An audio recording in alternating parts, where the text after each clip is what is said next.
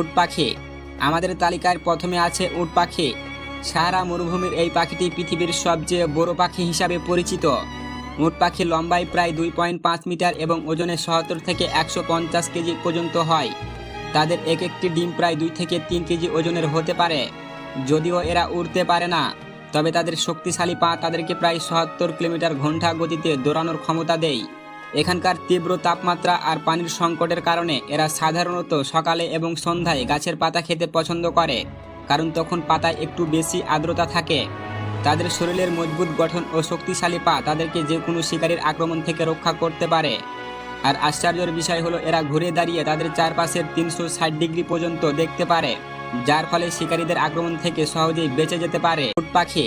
আমাদের তালিকার প্রথমে আছে উট পাখি। সাহারা মরুভূমির এই পাখিটি পৃথিবীর সবচেয়ে বড় পাখি হিসাবে পরিচিত।